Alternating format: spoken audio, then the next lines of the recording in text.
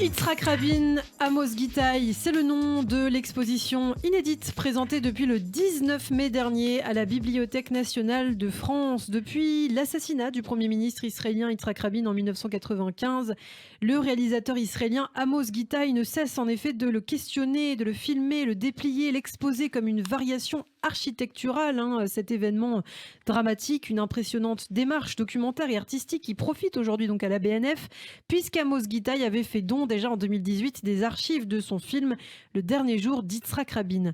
Pour Amos Gitaï, tout revient à cet événement tragique, le 4 novembre 1995, un des événements historiques les plus retentissants de l'histoire d'Israël, et on en parle ce matin avec vous, Christophe Darre. Et vous l'avez dit, c'est donc une exposition sous forme de création visuelle inédite, interrogeant une nouvelle fois les multiples retentissements politiques et intimes de cet événement que nous pouvons donc voir actuellement gratuitement à la BNF à Paris. L'occasion de revenir bien sûr aussi sur cet événement dramatique, l'assassinat du Premier ministre israélien Yitzhak Rabin il y a 26 ans. Donc ses répercussions n'ont cessé de se répliquer dans le travail d'Amos Gitaï. Et même avant son assassinat, on se souvient qu'Yitzhak Rabin, Amos Gitaï l'avait déjà filmé dans un ensemble de documentaires consacrés au processus d'Oslo, dans la captation Donnons une chance à la paix. Une figure de l'histoire d'Israël dans laquelle Amos Gitaï se retrouve encore aujourd'hui. Profondément bouleversé par sa mort, le cinéaste mettra toute sa vie à lui rendre hommage et en fera ainsi un premier film en 1996 avec La Reine du meurtre, et puis un second, fruit d'une longue maturation et de recherches documentaires considérables, Le dernier jour d'Yitzhak Rabin, sorti en 2015, 20 ans très exactement après l'assassinat.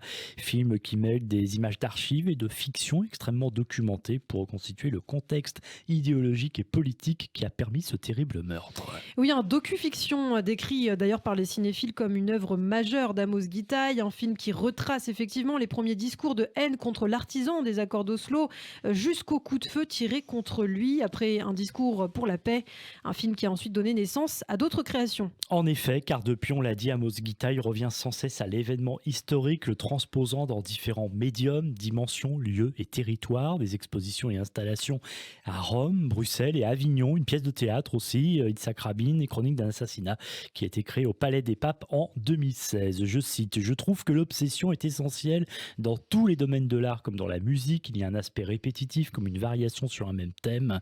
Le réel est comme un site archéologique dans lequel on creuse, on arrête, on revient. Là, je creuse dans une éruption volcanique en permanence. » Voilà ce que disait récemment Amos Gitaï chez nos confrères de France Culture. Et le spectacle, d'ailleurs, au Palais des Papes était précisément inspiré des mémoires de Léa Rabin, la femme d'Yitzhak Rabin. Spectacle depuis régulièrement repris, notamment à la Philharmonie de Paris en 2018. Et puis, il sera aussi repris sous une forme remaniée au Théâtre du Châtelet à l'automne prochain. Et puis, parallèlement, récemment, un livre baptisé Amos Gitaï, Yitzhak Rabin, Chronique d'un assassinat et coédité par justement BNF Édition Gallimard paraissait le 11 mars dernier. Mais c'est surtout un film, Le dernier jour d'Yitzhak Rabin, sorti donc en 2015, que l'on doit à Amos Gitaï, les archives des plus impressionnantes et récupérées aujourd'hui par la BNF. Parmi elles, des photographies du tournage et d'images tirées du film, de tracts, d'extraits de presse politique et de documents de travail, mais aussi des pièces liées directement à l'affaire, comme la transcription complète des débats de la commission d'enquête sur l'assassinat présidée par le juge Meir Shamgar. Et au total, 30 000 documents, quand même, un dossier numérique inédit, pesant près de 14 téraoctets de données. Cet ensemble fait l'objet d'un programme de recherche et de développement pionnier sur les nouvelles archives du cinéma, en lien avec l'université de Stanford. Il donne surtout à voir aux amoureux du cinéma, comme jamais auparavant, toute la genèse d'un film exceptionnel. Les gros plans, les détourages, les déchirures, les collages et les interventions directes avec du texte et de la couleur. Au total, 16 panneaux de grande taille sont exposés dans l'Allier Julien-Quint, dans le 13e arrondissement de Paris. Amos Gitaï les déroule pour que le visiteur puisse mieux interroger les étapes de cette histoire bouleversante. Et enfin, le parcours est aussi ponctué d'extraits sonores, notamment de la voix de Jeanne Moreau, proche d'Amos Gitaï, lectrice des lettres de sa mère Efratia Gitaï. Exposition donc visible en entrée libre à la BNF à Paris jusqu'au 7 novembre, ouvert du mardi au dimanche, hors jour férié.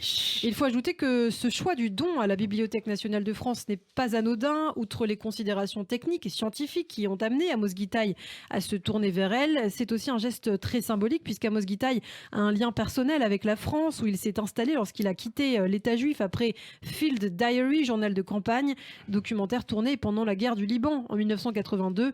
Aujourd'hui, donc, Amos Gitaï réside entre Paris et Haïfa. C'est un geste effectivement de reconnaissance envers un pays, la France, qui soutient depuis longtemps ses projets cinématographiques, d'exposition et également de théâtre. La BNF est une grande institution patrimoniale. C'est aussi l'occasion pour Amos Gitaï d'aller à la rencontre. J'ai choisi, dit-il encore à France Culture, cet espace linéaire public pour que les visiteurs puissent tous la voir de la manière qu'ils veulent et qu'ils puissent l'interpréter comme ils le souhaitent. Je signe toujours un film comme un architecte, un bâtisseur de films. Au total, par ailleurs, 2 autres institutions de conservation et de recherche, l'université d'abord de Stanford aux États-Unis et la Bibliothèque nationale d'Israël à Jérusalem, ont décidé de collaborer au traitement de ce fonds exceptionnel qui rassemble ces archives numériques, car c'est bien sous cette forme que se constitue aujourd'hui la mémoire du cinéma, à travers des correspondances électroniques, des images et des textes. Le don des archives d'Amos Gitaï sur Yitzhak Rabin est effectivement essentiel à double titre parce qu'il fait entrer dans les collections de la BNF des œuvres de premier plan suscitées par un événement majeur de l'histoire récente, mais aussi parce que ce don est un défi en termes de conservation et de diffusion de la mémoire du cinéma et plus généralement des arts aujourd'hui.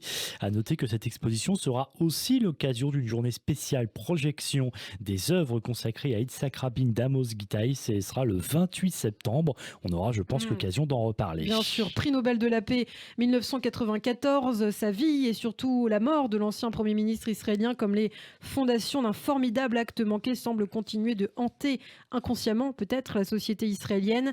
Et puis au-delà d'Israël, c'est aussi un meurtre qui a marqué le monde.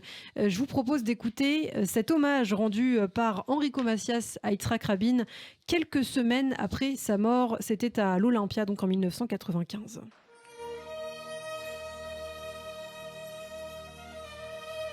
Pour tous les martyrs de la paix qui sont morts pour nous tous, qui sont morts pour nos enfants, nos petits-enfants et les générations futures. Président Kennedy, Martin Luther King, le président Sadat, et maintenant, à la mémoire d'Yitzhak Rabin.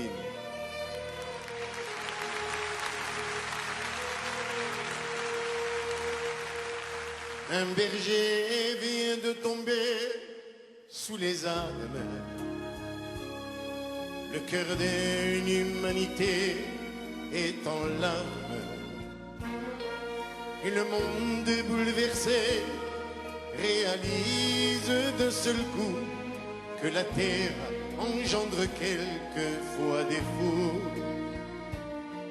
Tous ceux qui, devant son corps, font la fête oublient que la mort n'est pas une défaite, qu'il a mis tout son courage à servir la liberté, qu'il nous reste l'héritage qu'il a laissé. C'est pour ça que je garde l'espoir. Il n'est pas venu par hasard. Le chemin qu'il a tracé, nous l'avons tous en mémoire. Les martyrs forcent les portes de l'histoire.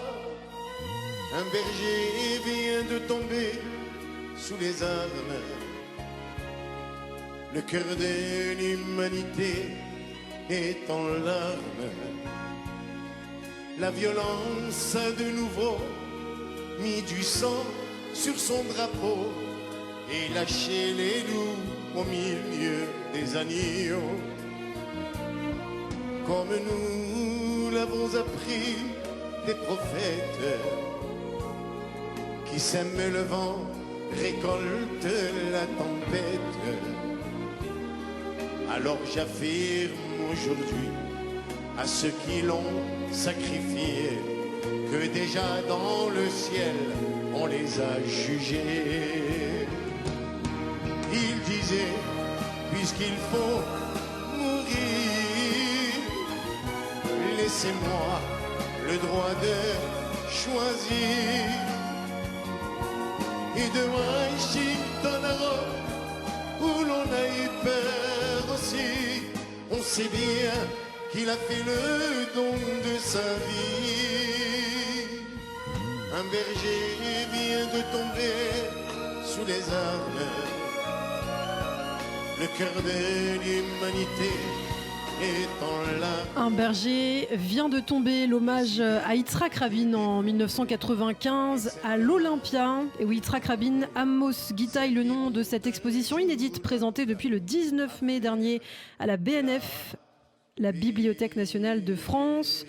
Et c'est ouvert jusqu'au 7 novembre 2021, du mardi au dimanche, hors jour férié à Paris, évidemment, gratuitement. On y reviendra sur Radio J.